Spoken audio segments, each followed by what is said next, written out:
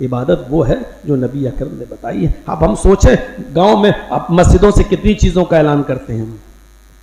ابھی رمضان آ رہا ہے, اب ہر دن سحری کا ٹائم پہ جگایا جائے گا, اٹھیے اتنی دیر رہ گئی ہے, اتنا منٹ ہو چکا ہے, اتنا منٹ باقی ہے, یہ ٹائم ابھی ہو گیا ہے, اتنا ٹائم باقی ہے. اور پھر مسجدوں میں نعتیں پڑھی جائیں گی, نظمیں پڑھی جائیں گی. لوگوں کو جگانے کا یہ کون سا طریقہ ہے میرے بھائیوں؟